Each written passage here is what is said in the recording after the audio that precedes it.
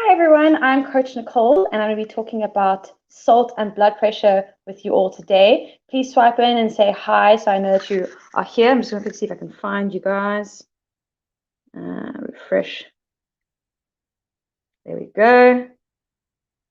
Awesome. So just let me know you're here because for us on this side, all we see is ourselves talking and a screen and comments. And it's not easy to feed off people. So it's good to hear that you are saying, I'm here, I'm alive, I'm around. So I know there are people watching. So say hello. Basically, I'm going to be going through salt, blood pressure. I'm going to be touching a bit on hypertension. Well, actually quite a bit on hypertension, which is a high blood pressure. And I'm also going to be touching on a bit on overweight and if you're overweight or obese and how that's also linked to blood pressure. So let me know you have joined me. Just say hi.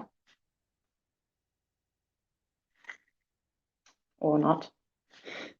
Okay, so you've got 8 people on, so that's great. Yeah, I don't know how many of you guys are in Cape Town at the moment. We've been having some ridiculously strange weather. It's been sunny, then rainy, then hail, then sun. It's just been like, back and forth, like a jumping jack. And I was actually having a bit of a giggle yesterday. Actually, not yesterday, it was Tuesday. My domestic worker was running in and out of the house, trying to take the washing in and out because it was beautifully sunny, lovely day. Thinking, oh, it's great, get the washing nice and dry. And then like a moment later, it's pouring, and then the washing is drenched again, which is great, I guess, the rinse cycle, but it doesn't help when your clothes are running out. And yeah, so it was quite amusing. And someone sent me a picture with like a little message saying, it's like winter is mad and keeps storming out and coming back yelling. And another thing, that just cracked me up. I've shared it, probably killed it by now. But if you're on Cape Town, I'm sure you can relate to that. It is hilarious. All right, we have some people saying hi. So Eva, good afternoon. Christina, hi. Amanda, great. So I'm going to wait a few more minutes and then I'm going to get started. But just to recap, I'm going to be talking about salt and blood pressure, about high blood pressure as well, hypertension, as well as touching a bit on overweight and obesity and how that's linked. So yeah, it should be a good chat, and hopefully you guys can take some things out of it. Not just take it, but also apply it. And perhaps it's just going to be confirming things you already know. Perhaps not. So I've got a bug flying around here. Anyway, I'm going to get started. So I think we've been waiting long enough. All right. So if we can pull up the slides.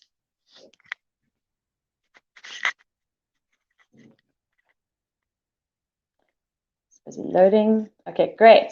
So what is blood pressure? Our heart, as you know, contracts, it beats, and every time it contracts and relaxes, it produces a force against the arterial walls or the arteries, and that force is your blood pressure. So every time the heart contracts, that's your systolic blood pressure. So the upper reading, the first reading, so when you're getting that, you've got blood pressure cuff on and they're busy looking at it, that first reading that they give you is your systolic blood pressure. So when your heart is contracting, and when it relaxes, that's your diastolic blood pressure. How I remember it, probably not the best thing, but I think relax. You can come up with your own ways of remembering it, but that's how I remember it. So systolic contracting, diastolic relaxing, and it is measured in millimeters mercury. High blood pressure in particular is an average high blood pressure or arterial blood pressure. So it's consistently above the normal. If we look at the blood pressure ranges, we have the normal range, which is 120/80 or less. Prehypertensive is, in between that, so it's in between hypertension and your normal. So 120 to 139/80/89. 80/89. So basically, if you have anything, from 140/90 and higher, you're considered to have hypertension. So yeah, but don't stress, because sometimes you can go to the clinic and get your blood pressure tested and you can be nervous and your blood pressure can be high, but just make sure you're regularly testing, and if you do have a lot of lifestyle risk factors associated, that you are testing regularly. But I'll get more into that later. Okay, so why is high blood pressure an issue? So it's basically you have a higher risk for other health issues. In particular, it's a major risk factor and casually associated or linked to your angina, which is pain in the chest, coronary heart disease, so that's just the blood vessels that supply your heart, so disease of those blood vessels. Congestive heart failure, so reduced ability of your heart to pump enough oxygen and nutrients to your vital organs. Heart attack is when there is basically reduced, or there's insufficient oxygen being supplied to your heart muscle, so then it can lead to those heart cells dying, and that's considered called a heart attack. And the longer there's a reduced blood flow blockage, then it can potentially lead to death. Same with stroke, except it's with your brain. So the blood vessel supplying oxygen and nutrients to your brain is blocked. That vessel is blocked, and basically that can lead to the brain cells dying, and that can have negative impacts on your ability to move, speak, and other basic functions. And obviously, if it's longer, it can lead to death. Disease, kidney disease and failure, poor eyesight and blindness. So the blood vessels that supply oxygen and nutrients to your kidneys and eyes are quite sensitive to high blood pressure. So over time, it can progressively get worse and move from a kidney disease to failure, or poor eyesight, vision, to blindness. So what happens with high blood pressure? You can have damage to the blood vessels. It could be through the thickening or hardening of the arteries, because they've got to withstand that high blood pressure, and therefore reduce elasticity, to ability to contract and relax, and therefore it affects your blood flow and oxygen supply to the rest of the organs and your tissues, or can become burst and blocked, like I mentioned with the heart attack and stroke. Heart muscle can thicken as well, because it has to work harder. It's got to push harder to get that blood out, because it could be from narrowed arteries, a variety of things. But basically, because the pressure is high, your heart rate has to work harder, and therefore it thickens, and that can have negative health impacts. Hypertension symptoms. So quite often, I'm sure a lot of you have heard, it's often referred to as a silent killer. That's because you could be asymptomatic for years and then suddenly die from a heart attack or stroke, because you just didn't know you had hypertension. But some symptoms linked to it include morning headaches, nosebleeds, irregular heartbeat rhythms, poor vision or vision changes, buzzing in the ears, or with severe hypertension, fatigue, nausea, vomiting, confusion, anxiety, chest pain, and muscle tremors. This is not to make you worry, because I know quite often you like to and look for Dr. Google, and then we go, oh, I have 5 of these 8 symptoms, I must have this thing. Don't stress about it. Make sure you get tested, especially if like I said, if you have a number of risk factors. Go to a clinic, go to a doctor, and they can just simply put a cuff on, blood pressure cuff, and measure your blood pressure. There are non-modifiable risk factors and modifiable risk factors. So the non-modifiable ones are the ones that you can't modify. So your age, your gender, your ethnicity, basically your socioeconomic status can also affect like how much money you have, where you're staying, what's available in the area. Those all have impacts, and they're non-modifiable. But in particular, if you are over the age of 65, men and women, as they get older, progressively have increased risks for hypertension, and over 85 is a higher risk. If you have family who've had heart disease, or died from heart disease, or have hypertension, like a grandparent or parent or sibling, you have increased risk. Coexisting diseases like kidney disease or diabetes, also linked. And then there's just some stats on what is an SA, but like I said, it varies depending on where you live, and in different areas it can be based on what is available, etc. So the main things we really want to focus on are the ones that we can modify and change, which is relating to our weight. So if we're overweight and obese, we have increased risk. Smoking, uncontrolled diabetes, and high blood cholesterol levels. If you're physically inactive, not doing much in the week, or sedentary, and also dietary related factors, including if your diet is high in refined carbs, so those are your sugars, low in fruit and vegetables, excessive alcohol intake, high in saturated fats and trans fats, and also excessive salt consumption. And that could be salt that is either added while you're cooking, or at the table with sauces and things already present in the food when you're buying it. So through the industrial processing, it can be salt that's added. So treatment and management, like I said, get a doctor to examine you. And if they see that you have high blood pressure, they might decide to give you medication, but medication alone shouldn't be your sole means of trying to maintain or manage or treat your hypertension. Like diet and lifestyle modifications are so important in your primary prevention. And medication you can only do so much. So make sure that you are also adjusting that, managing your medical conditions, like I mentioned, diabetes, diabetes, and your kidney disease, your cholesterol levels, reducing and managing your stress, because stress can also lead to high blood pressure. I was actually just talking to the lady before this who's helping me in the background, that I was feeling very nervous, and I feel like I have hypertension because I'm super stressed about this. So just managing your stress is so important, and also regularly checking your blood pressure is also important. Diet and lifestyle modification. So like I said, healthy weight is so important. Studies have shown, a decrease in 10 kgs can lead to a reduction of your systolic pressure, blood pressure, that's when your heart's contracting, between 5 and 20 millimeters mercury. And even a change by 3 millimeters mercury can lead to a significant reduction, or quite a big reduction in your heart disease and stroke risk, 8% stroke and heart disease 5%. So that already shows you it can, decrease your risk quite a lot. And therefore, probably one of the most effective ways in helping you, control your blood pressure and at the same time prevent other diseases from happening, like diabetes. Then, if you physically active on a regular basis is really important. And like I mentioned before, controlling your medical, high blood cholesterol, your diabetes sugar levels, making sure you're managing that. And then diet, it's increasing more complex carbs. So those are ones that are higher in fiber, so less refined carbs, your simple, like your white breads, pastas, and things like that. Having more brown pastas, or having starchy veg is also a great source of fiber.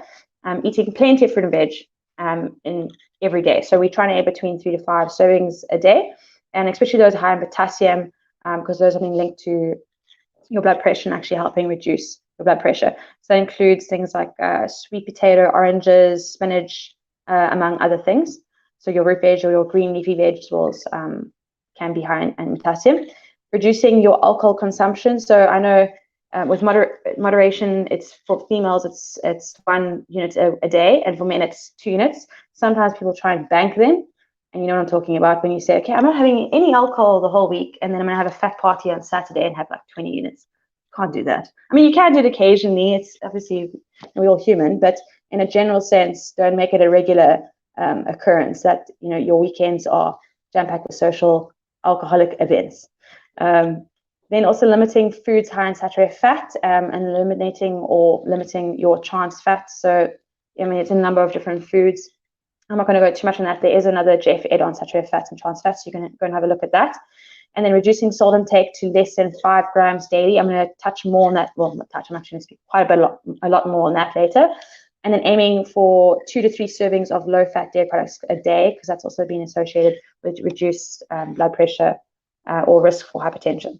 So looking particularly at your overweight and obesity, like I said, it can significantly impact your blood pressure. It's important that we are aware of how to diagnose if we're overweight or obese, and also knowing what we're trying to aim for. So we can look at BMI. It's a basic way of assessing it. But basically, if you have abnormal excessive amount of fat, I'm sure we're all aware that we have increased risk for up to our health, and that's classified as obesity and overweight. We use BMI, we use waist circumference, we also use body fat percentage. BMI is simply taking your weight divided by your height squared. It's a basic way of looking at it.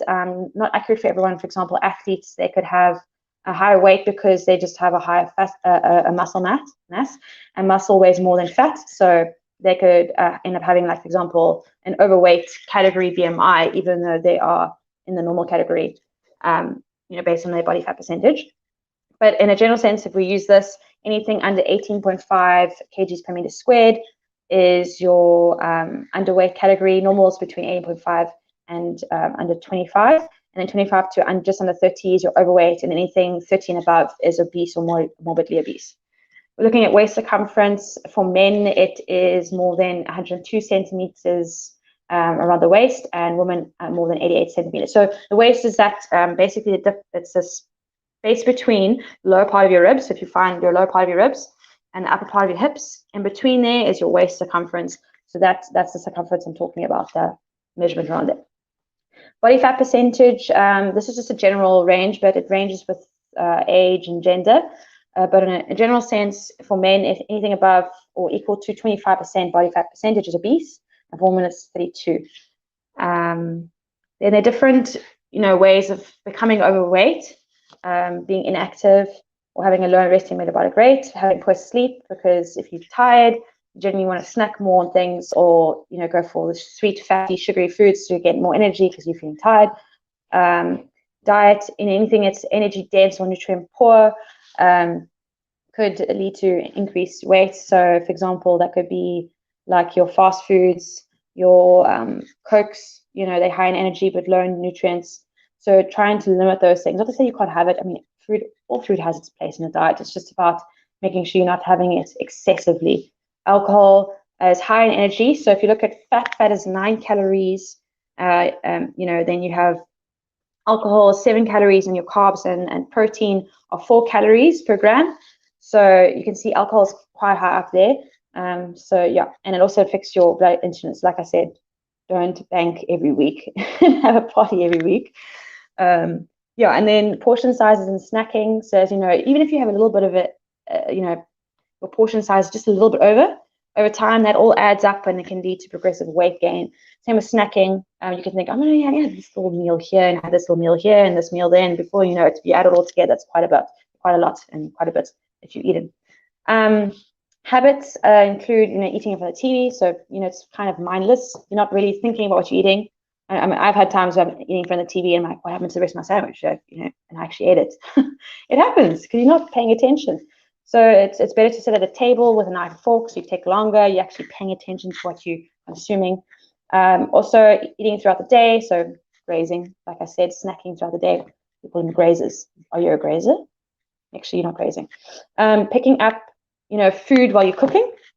So I know it's a common thing people can do. You're cooking, you're eating, trying things, before you know it, you've had a meal, and then you have another meal afterwards. So just try and avoid that. And the number of servings and helping you have. So put food away, put it in the containers in the fridge, freeze it. And you can't go back and go, oh, that was actually really nice. I feel like another little bit, a little tablespoon. And you go, oh, I could have another tablespoon. Before you know it, you've had another meal or 2 meals. And then not packing and prepping food. So basically, if you're going to work, now you're hungry, for example, and now you think, okay, well, what's available? And then there's a takeout shop right next door, or pie shop, and you think, oh, I could have a pie. So making sure you pack those foods helps prevent temptation and make sure that you, don't overeat or eat the wrong kinds of foods too frequently. So, yeah. Salt. What is salt? Sodium chloride. So sodium is your Na. And then Cl is your chloride, so NaCl. Sodium is the part that affects your blood pressure if you eat too much of it. And even though it's an essential element in the body, we don't need too much. We need very, very small amounts of it. According to the World Health Organization, what they recommend, they say less than 5 grams of salt. So that if you look at a teaspoon is 6 grams. So it's just under a teaspoon of salt. And that's equivalent to about 2 grams of sodium, or 2,300 milligrams of sodium per day.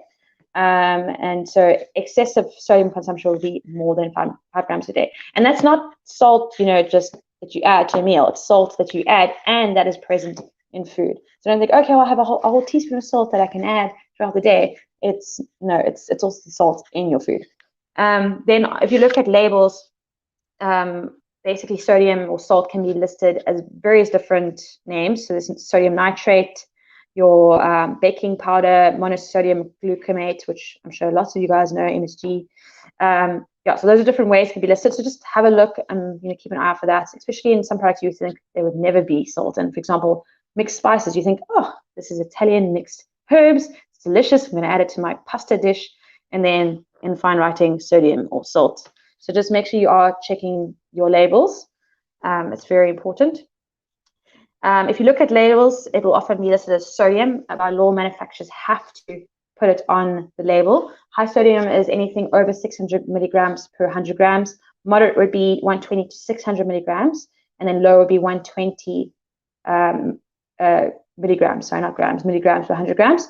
So why we say per 100 grams is your food products can vary, in serving size. Some will be 25 grams, some will be 30 grams.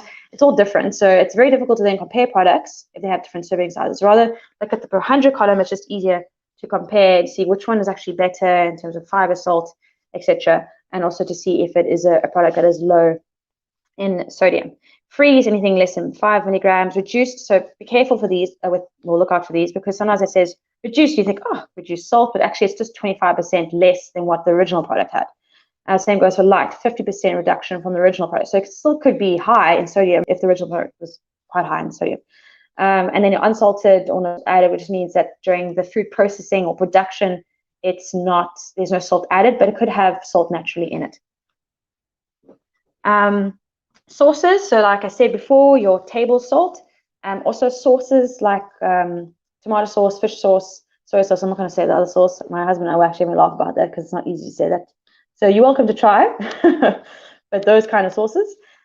Salt added while cooking, so it could be your stock cubes, your spices. Like I said, your mixed herbs could have it. Soy sauce, aromat. There's a number of different ones that you can add while you're cooking. Also, salt can be higher in your ready-made meals or oven meals. It doesn't mean that all of them are going to have that, but in the general sense, just like I said, look at your labels. So these include frozen pizzas or 2-minute noodles. If you add the sachet, and also the noodles aren't very high in carbs in general sense, unless you get, I don't know if there's complex high fiber options of that, but you can have a look. Packet soup or instant soup also could be high in sodium. Your takeout foods, I've just listed KFC and McDonald's, but there's a number of different places. Hot chips obviously can have. And your processed meats, like your deli meats, your different sausages can have smoked cured meats, can be high in sodium. Spreads like your margarines, butters, as well as things like Marmite, Bovril, fish paste. Again, it's not to say you can't have it. It's just making sure you have moderate amounts. So you can alternate, high sodium products with low sodium products, but yeah, try and have small portions as well. Cheeses that are high in sodium, just a list of them there. Salty snacks like chips, biltong, dried sausage, nuts, popcorn. Breakfast cereals can have, high sodium options. Baked goods and your tin food. So, for example, if you're buying beans in brine, the brine can have sodium in it. Same with your salt water. So just making sure you drain those.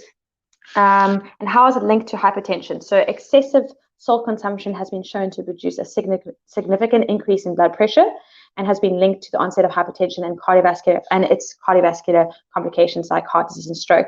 And reduction in salt decreases blood pressure levels, hypertension incidence, and also cardiovascular morbidity and mortality. So you can see that there's definitely linked there. How it affects, how salt affects blood pressure. I've listed a few there. I'm not going to go into detail, but basically, physiologically, the different ways in which salt can lead to high blood pressure. Then recommendations. So in general, if you look at our food-based dietary guidelines in South Africa in particular, we say use salt and food high in salt sparingly. So initially it may taste bland, but your taste buds will adjust over time. And then eventually you'll find that you'll get used to it. And if you try and add salt to your food like you did before, it'll taste very salty.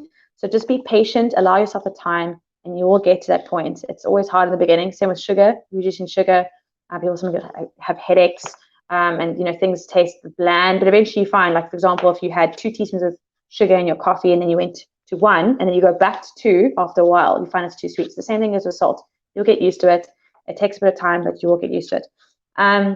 Limit avoid salt-containing flavoring agents. There's a bunch of alternatives you can use, like lemon juices, limes, cranberry sauces, apple sauces, pineapple, your fresh mushrooms, onions, cinnamon, nutmeg, or even your fresh herbs. I love fresh herbs. I'm growing some coriander and basil. Well, the basil's dying. I think it's because it's cold, but it's so nice to have fresh herbs to add as flavor, extra flavor without adding extra sodium.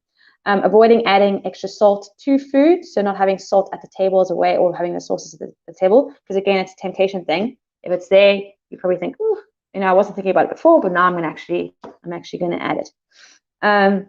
Limiting the consumption of salty snacks, or rather choosing low sodium options. Example, or your unsalted snacks, nuts, seeds, popcorn, Provitas, whole wheat crackers. Those are some examples. Then also decreasing processed food. So instead of going for like the cured, salted, smoked options, just rather go for the fresh or unprocessed options. So like your chicken fillets, your just your meat packs and things that aren't processed, or fresh or frozen fish. Then the processed option. Then drain your tin food. So like I said, with salt water, brine, they all have sodium in it. So just making sure you rinse it off as well with water. So what I do is I normally hold the tin and empty the brine out, and then I rinse the beans in my hand before I cook it. So that's just one way of doing it. You probably have maybe better ways of doing it, but just make sure you are rinsing it. It helps reduce the amount of sodium you're taking in. And limit how often you have salty spreads. So like, you've seen peanut butter sometimes have the unsalted version, so that's an example. Hummus, cottage cheese. I'm not saying all of these, but those are better options than some other ones.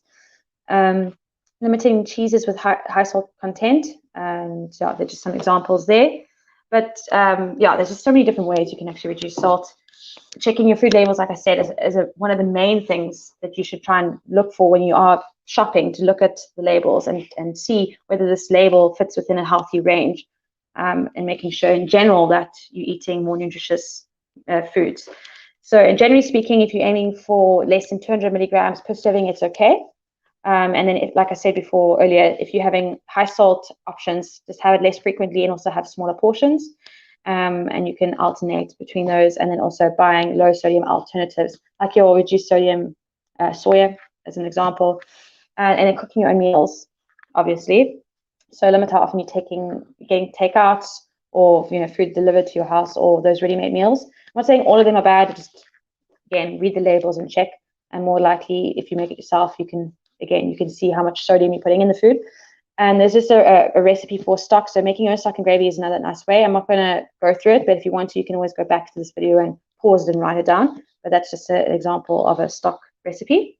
So just in summary, basically with salt and blood pressure and weight, it's the basics. It's making sure you're active, managing your stress, sleeping enough, and ensuring your diet is varied, but also has plenty of fruit and vegetables, high in complex carbs. So those are the ones that are high in fiber.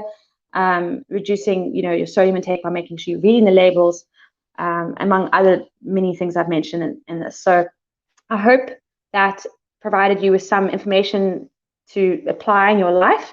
And if you have any questions, please just pop them in the comments and I will go and respond to them after this live. But it was lovely chatting to you all, and wishing you a happy Friday and a wonderful weekend.